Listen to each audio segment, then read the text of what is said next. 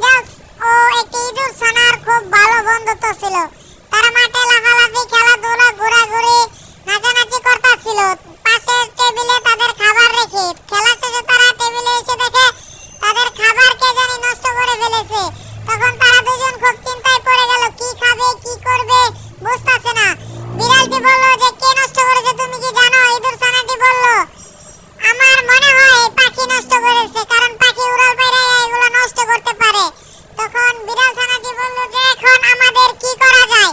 ইঁদুর ছানাটি এখন ভাবলো, ভাইবা চিন্তা অনেক মাথা খাড়ায়া বলল যে আমরা বিস্কুট খাইতে পারি। বিস্কুট